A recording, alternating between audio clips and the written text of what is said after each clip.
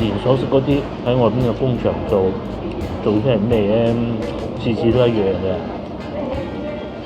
咁喺呢度咧，後邊係永遠都會有部電雞追住你嚟奪嘅，咁啊人行路行唔到喎。咁你話政府知唔知？梗係知，但冇辦法，因為佢哋真係而家咧就老婆切咗佢。係啊嗱，你想切幾薄都得。幾薄都得㗎，原來可以控制嘅，買放咗喺度，我唔記得咗。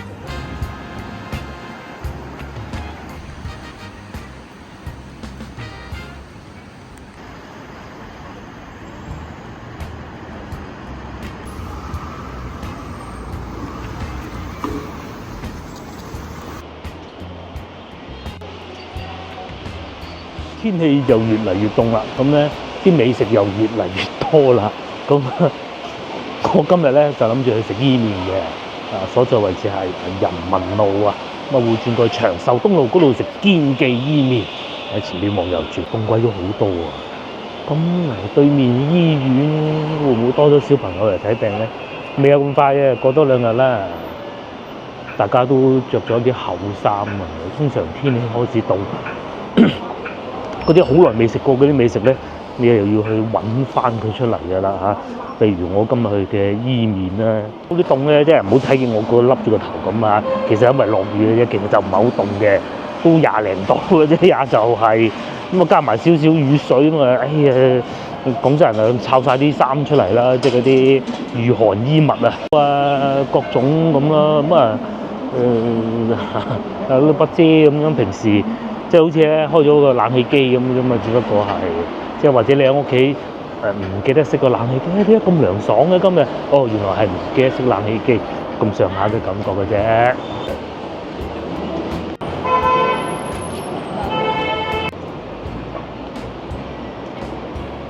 而家所在位置係長壽東路啊，咁啊大家會見到咧有好多嗰啲打金嗰啲鋪頭㗎。呢條路咧最出名咧就係打金啦。對面整人頭，即係嗰啲假髮嗰啲啊，咁同埋咧前面嗰3間餐廳，第一個咧就係堅記啦，即係我哋今日食伊麵嘅；第二個咧隔離食雞嘅，同埋仲有個燒臘鋪咯。咁最出名咧就係以堅記為主，因為點解咧？嗱，你燒臘鋪咧其實比佢好食嘅都有嚇，唔係冇。咁啊，即係食雞嘅更加添啦嚇。咁但係咧講到食伊麵咧，咁啊真係冇辦法啦，係啊。就真係呢度啦嚇，你話有冇第度好過佢咁難啲啦難啲啦，就係呢度啦。睇下有冇位先。我其實特登走翻呢個時間嚟，而家差唔多2點，應該會人少啲吧，但係事實上並唔係啦。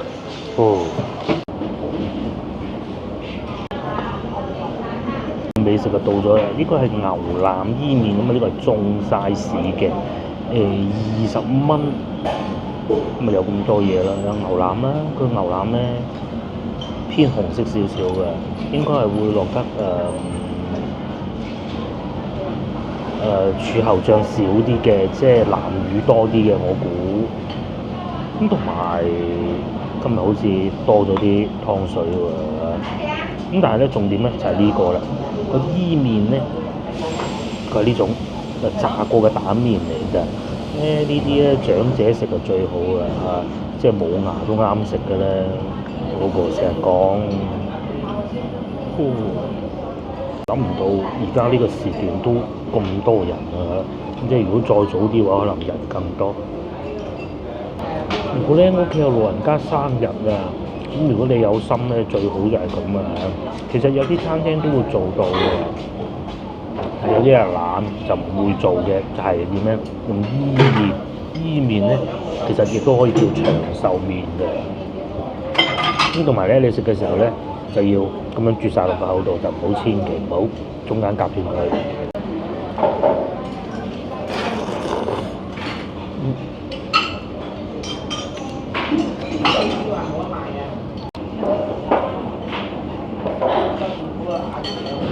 另外咧，佢哋啲麵啊，因為炸過啊，其實你可以想象到咧，佢係似食個口感咧，就似一個未浸腍嘅公仔麵咁啊，或者即食麵啦嚇。應該係炸過嘅，炸過然之後再炸乾咗佢，然之後再攞去煮咯。咁煮嘅時候啲湯汁咪容易入得到去咯。咁再加埋秘製牛腩，佢嘅牛腩又係一絕嘅，佢係夠肥啊，好似呢一嚿咁但係咧又唔會食落口咧有好油膩嘅感覺，然之後咧又咬得開，因為夠肥啊嘛。然之後呢度咧仲要配少少辣椒醬先好食嘅。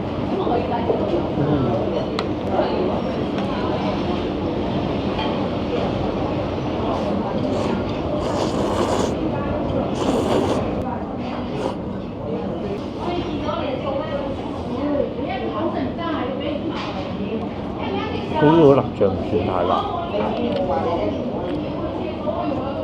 同埋今日牛腩都可以啊，表現算係咁嘅老店，連鎖式嗰啲喺外邊嘅工場做出係咩咧？次次都一樣嘅，呢啲老店就唔同啦，佢係力爭保持到每次都係一樣嘅味。大家睇上個店，我今日有少少失望，可能因為要啲細份，因為其實佢煮得太耐咧，好散啊！食到最尾，大家覺唔覺咧？食伊麵唔應該係咁嘅，係咪？或者叫翻個大份會好啲咯，只能係咁樣啦。呢啲老店咧都係咁噶，你係冇辦法好似食麥當勞咁樣每次都一樣嘅，呢就係佢魅力所在咯。真㗎，我唔係講反話嘅。到呢度係咪應該要買啲雞翼翻去咧？係嘅。咁呢度仲有好多好嘢食㗎，呢度陳仔燒臘啊，雞翼咧擺得，咁啊燒鵝、燒排骨嗰啲都可以，咁啊主力買啲雞翼啦。我又買咗啲雞翼翻去啦，咁啊今晚先開箱嚇。咁啊唔知夫人今晚會唔會食嘅？唔食嘅雞翼咧，其實你係可以擺喺雪櫃嘅，燒排骨都得，係呢兩樣嘅。燒鵝咧就最好唔好，因為雪藏過咧其實就不能夠嘅，哇！啲越嚟越落越大嘅喂，行入去係市場嘅，喂，好似冇以前咁熱鬧喎，可能落住啫。呢條街咧一樣都係仲係咁多人㗎嚇，都係仲係咁塞車㗎，冇辦法，因為呢啲魚咧佢話大又唔係好大喎，大膽啲唔開遮又得，嗱開咗遮咧又好似唔係好需要咁，我哋繼續往前行，因為我想咧往文化公園個方向行過去，睇下落雨嘅廣州係點啦。因為而家咧嗰啲賣衫嗰啲開始多生意嘅啦，冬裝嗰啲嗰個伊麵，今日確實真係後段真係有少少失望。不過牛腩都還好，同我之前食過一次覺得好濕嘅時候係一樣嘅。佢係會用嗰啲碎腩啊，但係咧就偏肥嗰部分，嗰啲都唔平。以前買過，自己諗住煮唔到嘅。但係就係嗰個佢可能嗰個伊麵啦，我覺得太耐嘅，可能係咁啦。咁同埋下邊有啲湯汁咁樣浸住咧，其實我覺得係唔啱嘅嚇。唔知大家覺得點咧？我覺得老字號通常都係咁啊，你唔可能要求佢每一啖味道都係一樣啊。呢啲就係佢嘅精彩之處啊。咁大家如果翻嚟呢度咧，就可以試下呢三家啦嚇。伊麵啦，過隔嚟食雞粥啦。咁啊雞粥咧，你可以淨係要白切雞。咁咪炒個河粉又得，咁但係咧兩樣都係主食嚟嘅，即係伊麵同埋河粉啊。然之後你就再過隔離買個燒臘，咁啊你中意如果係快手啲食嘅，咁你咪食個燒鵝咯，係咪？如果你話要攞翻酒店慢慢嘆嘅，或者你攞翻屋企嘅，咁咧我嘅建議咧就一定係燒排骨同埋雞翼噶啦，好好食嘅。只不過又嚟到呢度呢個康王路華林寺交界啊！哇，大塞車㗎嗱，所以點解成日喺度吟沉講話嚟廣州唔好揸車？其實就係呢個原因嘅啫。長壽西塞到咁樣㗎，其實有咩大事啊？其實冇嘅，前面純粹就係等燈咯。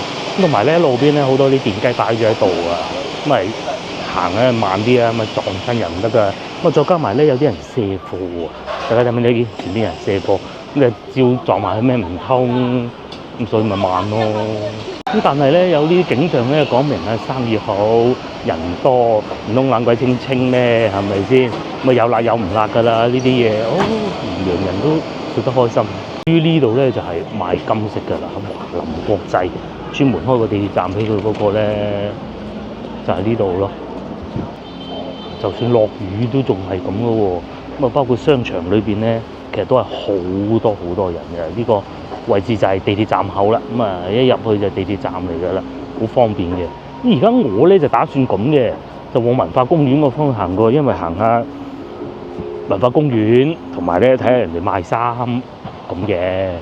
如果想翻去先頭嗰度食嘢嘅話，咁啊大家記住後邊呢個地鐵站啊，係華林寺站地鐵8號線啊 B 出口咁就得㗎啦。咁好似早幾日咧，咪帶大家去過白雲站嘅。咁啊，如果咁巧你喺嗰個站落車，唔知點解啊，嗰度唔去到香港啊嚇。但係喺嗰度過嚟呢度就快啦，非常之快，15分鐘。然之後你就喺度咁樣一路行過去，你就可以去到上下九步行街㗎啦。喺前邊就係嘅，有塊牌，大家睇唔睇到？往右過去就華林寺啦。咁啊，繼續往前行咧就623路，咁啊可以去到而家有人話繼續經營嘅黃沙海鮮市場啦，或者沙面嘅。咁喺呢度一路行過去，大概10分鐘左右就到㗎啦。咁啊，右邊呢邊咧，睇唔睇到嗰個咩 A 館嗰度？其實嗰度入去咧就華林寺嚟㗎啦。之後嚟到上下九步行街嘅核心地段啦。不過今日唔行上下九步行街。中午嘅時段都算多人喎，前邊嗰個美食街啊，哇不停叫喊，咁啊有人食嘢同埋有人過去嘅，睇唔睇到？不過呢啲咧通常我就唔會食嘅，因為自己腸胃唔好啊，唔係人哋啲嘢唔得。OK， 於呢邊就仲有好多外國遊客㗎，包括先頭咧，我行到去地鐵站附近咧，見到佢哋喺度食緊蛋撻咯，食得幾開心添啊！咁啊，洋人係接受得到蛋撻㗎。叫佢食個雞腳，佢就未必啦。我同呢啲影下相，幾有詩情畫意啊！今日咁，如果你繼續往前行，仲可以去飲個下午茶咯。風雨無阻㗎喎，廣州啲美食真係好吸引人啊！嚇，之後仲有18日就已經開全運會啦，大家已經好雀躍啦。到時咧揸車就冇得揸車嘅啦。就要去外地啦。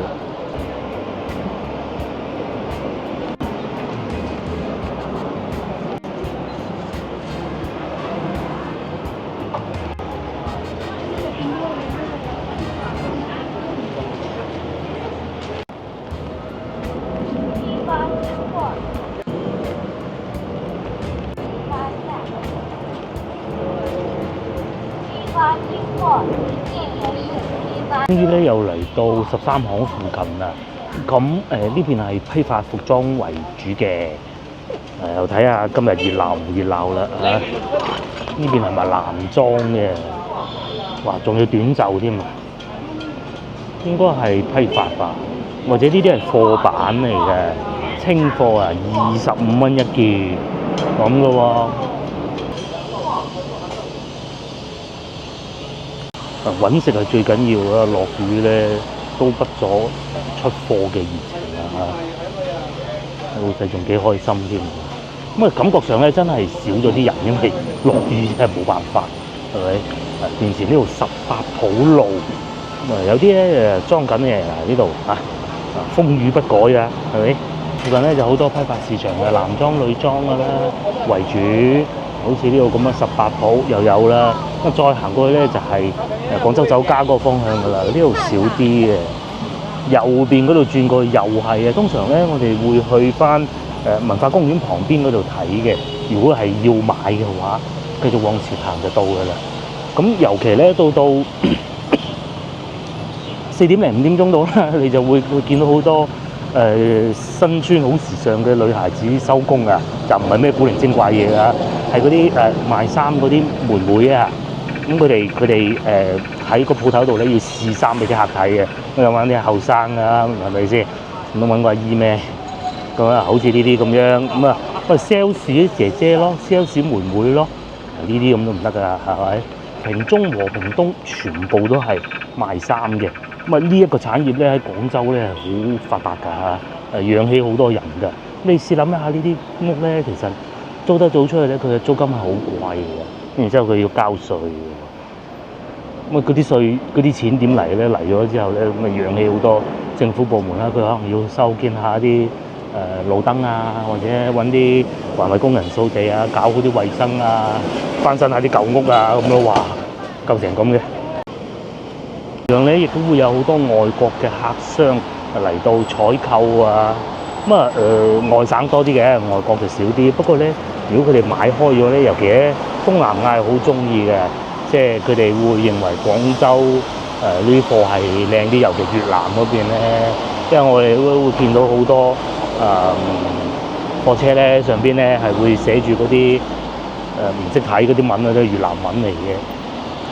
前邊呢度咧就係杉木欄路，亦都係其中一個批發市場咯。我哋過馬路，哇！啲雨越落越大，又嚟到文化公園啦，哇！咁樣嘅啦嚇，仲有人唱曲添喎呢度。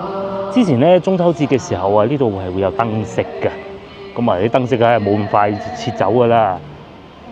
仲有個咁樣嘅喎嚇，同埋後邊嗰個鳳凰都仲喺度啊！哇，真係唔算多人啊！嗰啲賣衫嘅妹妹開始收工啦。咁佢哋有時候咧，有啲人攞貨咧，中午就會入嚟呢度打下躉啊，食個盒仔飯咁嘅，好似呢啲咁咯。呢啲係攞完貨走啊。咁啊，佢有啲人係淨係攞少少翻去賣下嘅啫。咪買下啲貨尾啊，咁樣翻去賣下咯，翻去佢哋老家。咁有啲咧就係會大手買嘅，批發嘅，買好多嘅。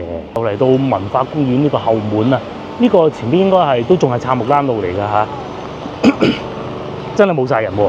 平時咧佢哋會擺晒出嚟，就算警察咧都唔會話驅趕佢哋，咁除非佢哋好過分啦，打交咁嘅，唔得爭地盤。但係而家今日真係冇晒喎，得翻擺晒喺鋪頭裏邊啊！落雨啊嘛，冇辦法啦。咁啊，你話攞貨有冇人嚟攞都有嘅嚇，冇雨都係要嚟買㗎嚇。對面仲喺度修路添，哇！真係夠晒亂啦嚇，亂中有序咁啊。價錢就係呢啲啦，12蚊兩件啲褲嚟嘅，呢會唔會係貨尾咧？有可能嘅喎。因為如果係倉庫嘅話，佢係唔會寫住不設零售嘅。早排咧睇到本地一個汽車節目，嗰個男女主角咧就專門過嚟呢度買衫，15蚊砌到成身出嚟㗎啦，都仲幾有型啊，好似嗰啲韓國阿巴啊，唔係奧巴啊咁嘅。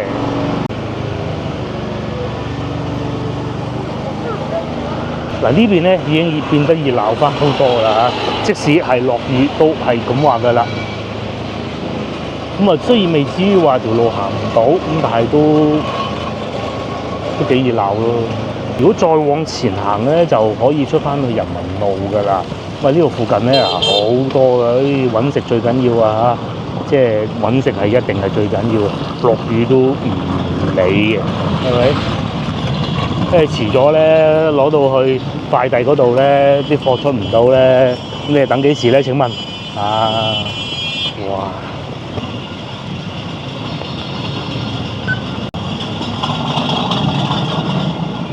寫住網批啫咩？你網絡批發咯。咁佢廠家直送嘅應該係呢度，淨係做一啲門市咁嘅啫，我估㗎咋。嗱，前邊有架貨車夾咗個頭出嚟嗰啲咧，咪就係送貨嘅咯。咁啊，佢有分嘅，有啲係分淨係送內地嘅，同埋咧佢哋係分得好細嘅。譬如話電子零配件，佢就唔會同啲衫一齊送㗎嚇。好似呢啲咁啊，應該淨係送衫嘅啫，送去深圳嘅呢個係。真係超級多，只不過我今日嚟得唔係時候。不過當然啦，我亦都唔係諗住買嘅，因為興隆北路啊，你話住喺呢度啲居民都真係幾開心啊。不過我諗咧，佢哋應該都租晒出去㗎啦，即係自己住，其實係唔係好適合㗎啦，已經好似面前啲舊屋咁。早啲客人嚟攞咗貨啦，而家就出貨啦嚇。不停咁啊打包送上嘅車度，等到今晚夠鐘嘅時候，啲貨上齊啦。因為咧，哇幾精彩！因為咧，而家佢係唔可以行上去高速㗎，唔可以喺市區度行㗎。佢或者會去到白雲區某啲中轉場咧，再卸低嘅，再出去嘅。咁你睇下要去邊啦？去深圳嗰啲就唔使嘅，梗係。咁但係如果你話要去外省嘅噃，咁你只能就係等今晚咯。係啊，高速公路夜晚黑嚇。面前呢間屋咁，如果佢唔係攞出嚟租俾啲鋪頭咧，其實真係冇人住，我可以講係做個髮廊都算叻㗎啦。但係咧租得俾呢啲咧，咁你租金肯定係貴好多㗎嘛，係咪？以前啊，哇上下九步行街嗰啲鋪啊，養起3代，而家真唔得啦，係嘛？但係咧，而家呢啲咧養唔養得起3代我都唔知，但係肯定係比佢原先住人嘅係好得多好得多。你充其量可能係整個髮廊啊，剪頭髮啦，又或者係整個雲吞麵店啊嗰啲咁咯，嗬。咁我冇記錯咧，我嫲個妹啊，真係好耐世紀之前嘅事啊，都係呢度附近住嘅。我細個仲嚟探過佢嘅。咁點住啊？啲屋全部都係木樓梯上去㗎。係啊，呢啲咁樣木樓梯上去嘅，呢度唔係。會有嗰啲住白蟻啊。咁你點住咧？但係咧租出去咧就唔同啦。你睇對面嗰啲屋，哇！上邊就通常就唔住人㗎啦，就係最緊要就係下邊嗰啲鋪頭可以租出去咁嘅啫。哇！真係繁忙啊！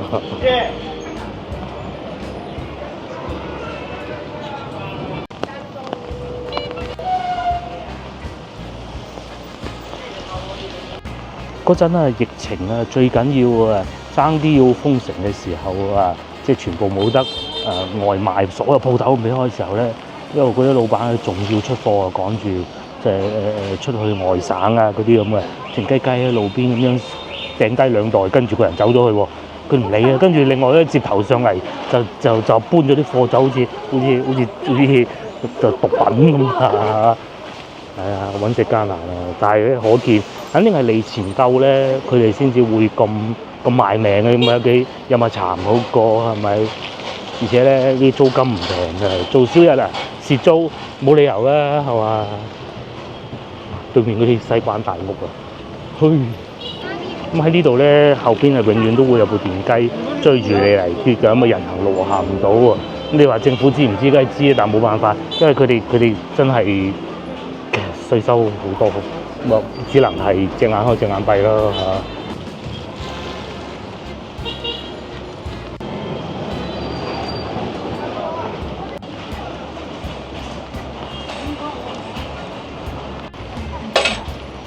哇！似唔似玩雜技嚇？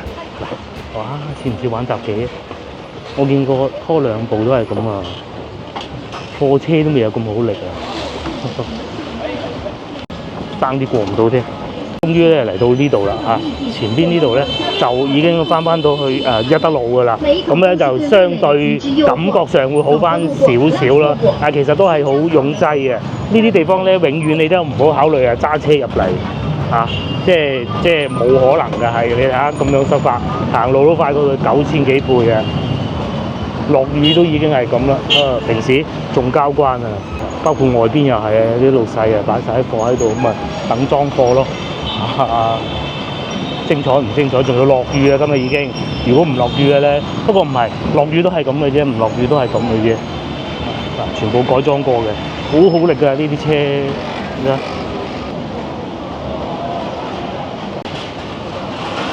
我係朝頭早嚟人民路居多㗎，當時咧其實都係冇咁墟冚啊，冇咁混亂嘅。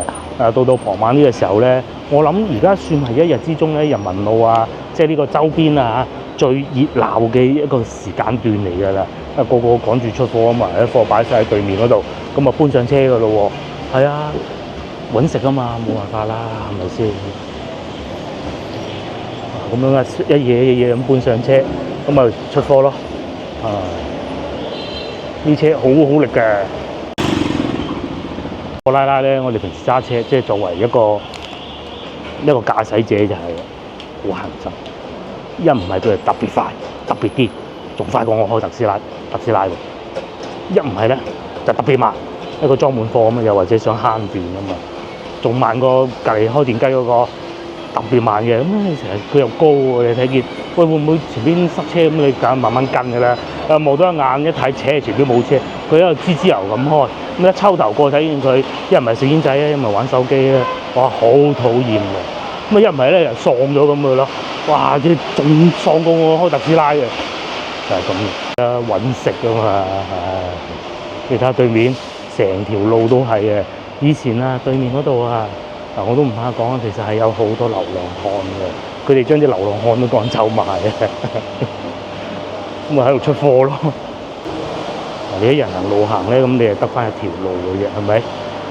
外邊就擺滿貨啦嚇，咁啊開住部電雞衝入嚟喺度邊奪鬼你咁咯，好精彩啊！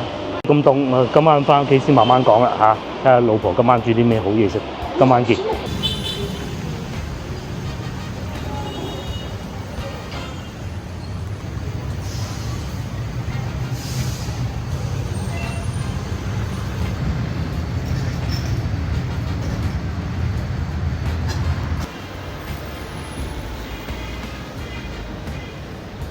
翻到嚟屋企啦，近期咧我哋愛上咗呢種美食啊，係啊，會食上癮嗰啲嘢。你睇下我揾次肉機切，仲有呢度勁啦。我揾次肉機切㗎。呢個豬頸肉咧，大家如果有留意早幾日嘅影片，我哋喺西朗市場咧買嘅，就係買嘅。買完之後咧，咁佢係成條㗎。咁原來咧屋企係有個切肉機，哇！真係咩都有啊。放咗喺度成年都唔記得攞出嚟喎。咁咧。而家咧就老婆切咗佢，嗱，你想切幾薄都得，幾薄都得㗎，原來可以控制嘅，買放咗喺度，我唔記得咗啦已經。哎呦，啊幾靚啊，切肉機，係喎，切肉機好正，切到每一件都啱啱好，係啊，咁我開檔㗎咯喎，你可以攞嚟打火鍋啊咁樣，係啊，呢個又嗱咁我切，仲有呢個又係切㗎，唔係一樣啫嘛，切肉機嘅，呢啲我自己整，又係自己切㗎，自己切㗎全部，好靚啊個切肉機，係喎。真係人哋切嘅。即係呢啲就係鋪頭切嘅。鋪頭切嘅，下次我係啊，西朗市場嗰個牛肉啊嘛。我下次我唔使去切啊我自己揾切肉機切啊。係咯，好似應該切肉機仲好啲嘅。啊，切到幾貴？每一塊都一樣㗎嘛。係。嗱，佢呢啲梗係唔夠切肉機靚啦，不幾人手。好正啊！揾切肉機。係啦，咁啊，而家開始咧，識得食咧就會多啲蔬菜啦。咁如果再識食啲，其實應該係攞啲我買咗嗰啲韓國烤肉嗰啲配料啦，配料未到啫，只不過未到。而家係擺晒啲肉上去煎咯，又有啲洋葱。呢個本來煎雞蛋都得㗎，我有一日煎雞蛋食過，就攞筷子就煎到㗎，但係要控制火候咯。佢啲即係市場嗰啲豬頸肉啊，靚過超市嘅。即係呢啲豬頸肉靚過超市，梗係啦，係。新鮮幾多啊？超市嗰啲咧分幾種嘅，一種咧就係市場23蚊定外賣嗰啲，一種咧就係超市嗰啲，最好咧就一定係市場買嗰啲，係嘛？係啦。市場嗰啲啊，新鮮好多。哇，幾豐富！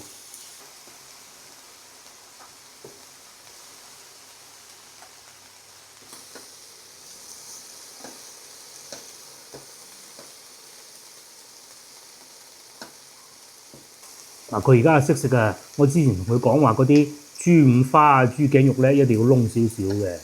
咁咧就咬起身好似餅乾咁㗎。嗱，呢個佢識食嘅，我教佢嘅。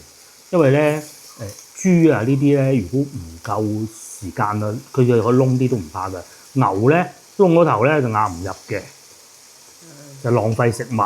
但係豬就唔怕，豬除非你燒到黑炭咁咯。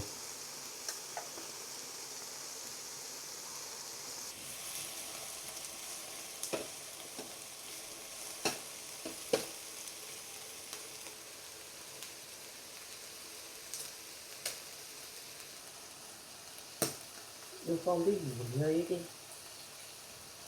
好好食啊！嗰啲蘑菇係嘛？係啊，但係要熟啲先得㗎喎。呢啲係嗰啲木瓜嚟嘅，哇幾好食啊！木瓜。哇！你真係估佢唔到啊！攞嚟煎啊，好好食到不得了。而且咧，用呢啲爐啊，你唔好以為會唔會好熱氣啊咁。其實同個鑊炒餸一樣嘅啫嘛。而且仲可以控制好啲添。仲會俾鑊。你又唔使落咁多油。冇咁多油。係。一滴油都唔使落嘅。最主要一個咩咧？就係食嗰陣咧就唔好咁熱，就等落個口。就係又係呢樣嘢，其他其實反而仲健康嘅。咁係最健康咁嘅生食有機菜咁，但係冇力嗰日翻工係嘛？生食。咪呢啲唔生食得菜。哇！仲有啲黑椒添啊！大家樂都唔夠你做啦咁。出邊嗰啲唔使賺個錢都得啦，咁搞法。係啊，諗住我哋去佛山都又想食一餐㗎啦，係啊，唔去咯，因為我喺屋企遲啲先啦嚇。簡單到咩咁？佢菜你喺屋唔係企搞唔到。佢就係少咗嗰種炭香味咯，但係使嘅錢又少咗嘅啫。同埋咧，其實唔難使嘅。嗱，你諗下呢啲食剩塞翻入去，啊呢啲塞翻入去嘅啫，呢啲係切，你食飯都要切㗎。咁呢個咧食完最尾嗰個人咧就攞塊布一洗。我掉埋落洗碗機，成個盤可以。哦，個女都翻嚟啦。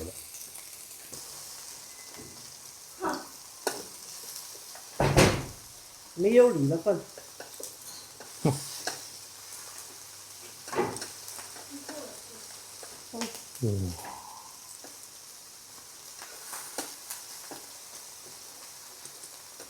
而且咧呢啲好似火鍋咁啊，火鍋你仲要搞個湯底嚇。咁你食幾多咪幾多咯，係咪？火鍋有時候仲要火鍋仲要調個汁，我咩都唔係啊！呢個你中意食多一件肉就等多一件肉，個火鍋都得啊。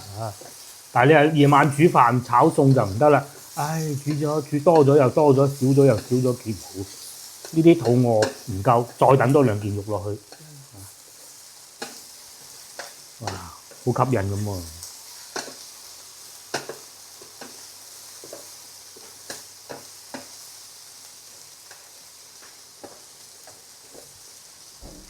咁啊雞翼嗰啲就耐啲嘅咯喎。雞翼熟㗎，嗰日尋日打包㗎，啲隔夜啊嗰啲。隔夜嗰啲係咁樣食翻㗎。係啊。係啊，唔係話垃圾桶嘅冇理由隔夜嘅。即係太方便啦呢個。又係小紅。我哋好中意買小紅。你唔好迷信嗰啲咩德國製造啊！呢個年代。係啊，其實都係 Made in China 㗎嘛。係啊。真係中國製造真係唔比德國差。以前就話我哋就試過嗰個冰箱成萬蚊嘅冰箱。係啊。真係離譜嘅。德國牌子。係啊，德國牌子，成萬蚊真係啊肉赤啊隔温。壞咗喺邊都未知。話咩買個2000蚊嘅順德佬製造嘅。所以啊，呢啲係順德嘅。嗱呢個咧就係呢個牌子，影唔到添，影唔到唔影啦。好，開餐。嗰啲菇可以再耐啲係嘛？差唔多嘅。都差唔多係嘛？係啊。夾咗啲牛肉先啦。牛肉嗰啲夾得。嗱呢啲窿窿地，不過洋葱窿窿地唔怕嘅，同埋啲豬五花呢啲咧再窿啲都唔怕嘅。豬五花我窿啲。係啊，但牛肉就唔好啦，浪費嘥咗嘅。嗱啲豬五花你可以鋪平佢，再煎一煎。呢個係牛肉定係咩？牛啊！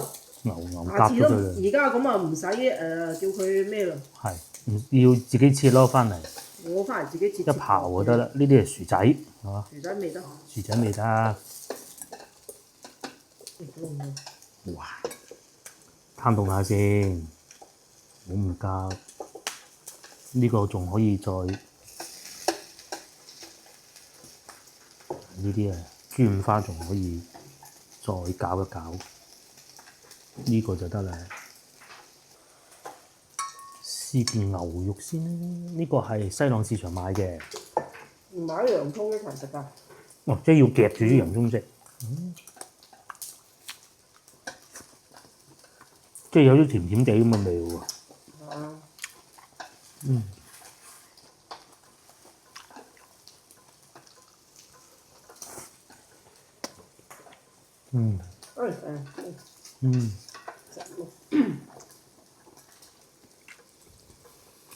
開始見有啲窿喎。嗱，呢個菇咧，佢係要咁嘅。呢度佢係有啲湯汁喺度嘅，煮熟咗之後，咁咪即係差唔多得喎。嚟到呢個狀態，呢嚿就得啦。呢嚿得未啊？咁黑嘅。你咪唔要呢嚿咯。哦。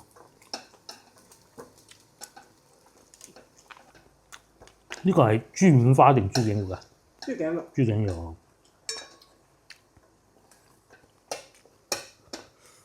今次冇上次我講呢個啊，冇咁燶，上次都幾燶，但係上次個肉冇呢個咁靚。有肉味添。同埋上次嗰個厚啲，呢個會再薄啲。嗱，話說咧，我哋有位觀眾佢係好心嘅，咁佢話佢因為佢喺呢方面非常之有經驗嘅，佢話通常最好咧就唔好去超市，就算係日本超市咧咁話啦，嗰啲撈好嗰啲肉，佢話嗰啲醬汁咧都係賣完賣剩嘅。而家唔使啦，而家就唔使啦。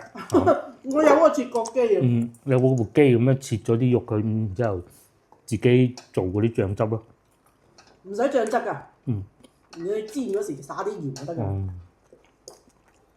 咁咪食咁多醬汁都唔好。係啊，你純鹽就得㗎。嚇，食翻啲肉嘅味道。飯咧，啲肉啊得啦，熟晒啦，咁啊夾落去食飯。咁啊等個女出嚟，佢自己煎佢嗰啲係咪？邊個出嚟？邊個自己食係？簡簡單單嘅晚餐，但係又唔簡單。而家已經嚟到第二輪啦，我仲食緊啲肉。乜呢輪係俾個女嘅？唔係我食㗎。你食嘅咩？始終都係呢啲豬頸肉或五花肉最好。呢個咧韌啊嘛，非常韌，即係個羊同埋牛佢厚啊，切得。但係個牛亦都係韌。厚啊，所以。但係你又唔敢整佢唔熟喎。所以一定要揾機器切啊！我下次我都唔使叫佢切。係，嗱，真係佢肉眼已經睇到係厚嘅。梗係厚嘅。係咪？下次我翻嚟揾部機嚟切。已經唔知食到第幾輪啦。老婆咧就話個蘑菇食得，我揀中間呢粒啦，有攤水嘅。咁然之後雞翼亦都食得㗎啦嚇，咁啊就係琴晚食整嘅雞翼嚟嘅啫，冇乜特別嘅。啲牛肉咧就怕佢唔熟，又怕佢太熟，就唔知點啦。老婆決定啦。至於條薯仔應該都得㗎啦，燶晒咯。燶晒㗎。嗱呢啲啊俾個女慢慢嘆啦，仲有琴晚啲碌鵝啊，話呢件扒睇上去幾好，其實硬到非常嘅。最後咧就將琴晚嗰啲生蠔入埋落去。咁啊呢個我唔食啊，留翻俾個女咧。食埋佢唔高興嘅。佢尋日都冇食到雞翼，都食唔晒。我都話食唔晒。食唔晒啊，好多啊份。好多啊！3個人都食唔晒嘅，尋日嗰度。哇！好嚟到而家咧，終於放啲雞翼落去啦。話佢呢度賣得好貴啊，圍到差唔多10蚊一隻。咁但係咧就唔敢講係最好，但係咧確實真係好食嘅。但係最好食咧就係佢哋啲燒鵝。咁啊今日冇買燒鵝，因為唔係即刻食啊嘛。咁啊同其他嗰啲肉類擺埋一齊烤啊，特別豐富。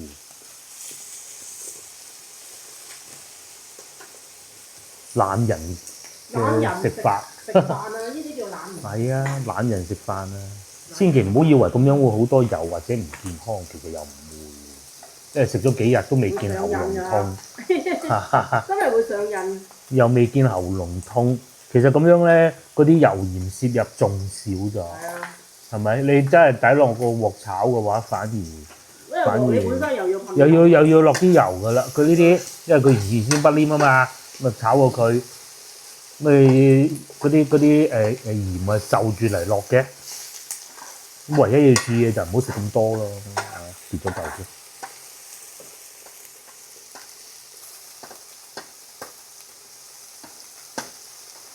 慢慢研究到啲更好食嘅食法啦，譬如話火候嘅把控啊，各種咯。哇！仲有啲洋葱。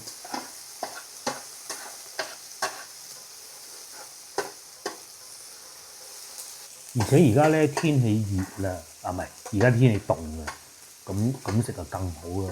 哇！個雞翼煎過之後好靚喎，喂！原先已經係好好嘅。你而家要加翻熱佢嘛？而家要加熱啊嘛，呢啲唔加熱唔得㗎。係啊。食壞人㗎。唔係食壞人啊，即係加硬薄薄啊，即係個口感不佳。呢嚿咩嚟㗎？雞翼嗰個雞腿。哇！呢度已經好吸引啦，佢啲賣相嚇。不過倒少少啲，倒少少。咁樣啫嘛手。哦。啊！大廚出馬啦。因為唔知佢辣唔辣個款，好啦，係咁意算。嗱好啦，咁啊全部已經整好晒啦。哇！又攞啲生菜出嚟添啦。哦，繼續食啦，今次有雞翼。最後就以隻雞翼作為一個結束。雞翼咧要攞手食嘅。嘿，拎到喎！哇，好熱！哇！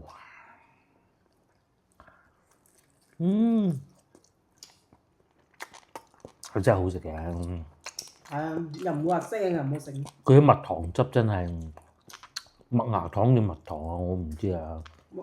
麥芽糖。應該係麥芽糖。地製，而且佢係喺自己樓頂度燒嘅，特別新鮮，特別好食嘅。佢唔係內貨嘅。佢係嗰啲揾炭燒嗰度。嗱，懶人嘅終極版咧係咁嘅。呢個咧係一個洗碗機，啲水裝咗落去未啊？未。即係仲要加水嘅。係啊。我已經將啲碗擺咗落去㗎啦。鑊蓋一放埋。係，乜都擺晒落去。呢個咩嚟㗎？呢啲係點樣用都唔知。呢個咩？呢個係洗衫嗰啲凝珠咯。放去邊㗎？唔知啊。佢呢啲嘅目的咧，就係令到佢俾啲水沖嘅時候，唔好一次過沖走晒嘅。其實洗潔精都得嘅，我認為。係成嚿咁放喺度㗎？係成嚿抌落去。唔使拆包裝嘅咩？唔使㗎，唔使㗎。真定假？梗係真㗎啦，係。佢一沖佢就會開咗㗎啦嘛。因為啲膠咪溶咗。唔會嘅，你信我啦。咁似一支法國國旗嘅。第一次用。研究下先等。加油！嗱，終於睇過說明書啦嚇，睇到最後一句請勿展開使用。係啦，佢話唔使展開使用啊。唉，我以為我展開咪流咯。咁就得啦，明啊。好，咁啊，第二咧就係眾所周知，洗碗都係要水嘅。要上下水啊！喺呢度倒啲水落去。係啊，佢第一個辦法。呢啲係好新潮嘅，即係可能都好耐。我哋而家嗰度有個兜，睇唔睇到？3兜呢個水就得。咁然之後咧就3兜呢個水。裝咗水再講啦嚇。3兜就洗到咁多嘢㗎啦，你睇下我入邊。其實係好環保嘅，反而。咁啊，用水仲少咗，連個鑊蓋都放埋落去。係啊，總之等得倒落去就咩都等晒落去。我間鑊鏟放埋。咁啊，洗完嗰啲水喺邊度嚟咧？就喺呢度有條管排出嚟嘅。等我放下。等，仲有個鑊鏟添嘛？算唔放。即係如果你有上水咁，你咪好啲咯。係。但係上水我呢度有撚條水管㗎啦，好煩。有撚呢條水管就煩到不得了啦。咁啊，周圍都係水管。嘿。我寧願咁加下佢。咁佢倒落去咧，其實之前已經試過一次㗎啦，測試嘅時候，琴日。都唔係幾好倒㗎啫喎。係啊。哇！咁佢如果係滿咧，佢就唔會俾你再倒落去，會自己喺翻嗰支管度出翻嚟嘅啲水。滿瀉嘅話，好先進。終於咧開始啦，咁啊先撳呢個掣。其實大家知唔知道呢部機咧，洗碗機最大嘅用處係咩咧？其實就係冬天嘅時候咧，唔使濕凍水，係咪？你撳咗個開始鍵㗎啦，已經。快洗就係30分鐘。標準洗就洗成個鐘㗎。咁啊快洗啦。反正就先快洗一下，睇下咩狀況。好，撳快洗。撳咗啦。開始啦。哇！好似洗衣機咁樣啊，有啲聲響。哇！唔使濕水真係爽。係啊，其實就係慳翻唔使濕水，時間唔會慳好多嘅。時間係直情唔慳好。用多咗好多嘅。但係水會用少咗。水用少咗係。嗰3桶水洗個煲蓋都未得啦，老實講。嗱，咁佢先運作一下先。你洗過啲碗未㗎？即係你試過咁樣洗碗未？第一次洗。係。開始有啲動作咯喎。佢會當多餘嘅水排翻出嚟。係，嗱呢度排翻啲水出嚟啦。仲有多餘嘅水排出嚟。好先進咁喎。好似唔買喎。唔喐嘅喂。誒一講佢唔喐，即刻就喐啦。佢要測試。係啦，咁啊係咁噴，係咁噴，係咁噴，係咁噴。咁佢就噴好耐，29分鐘就係咁噴咯。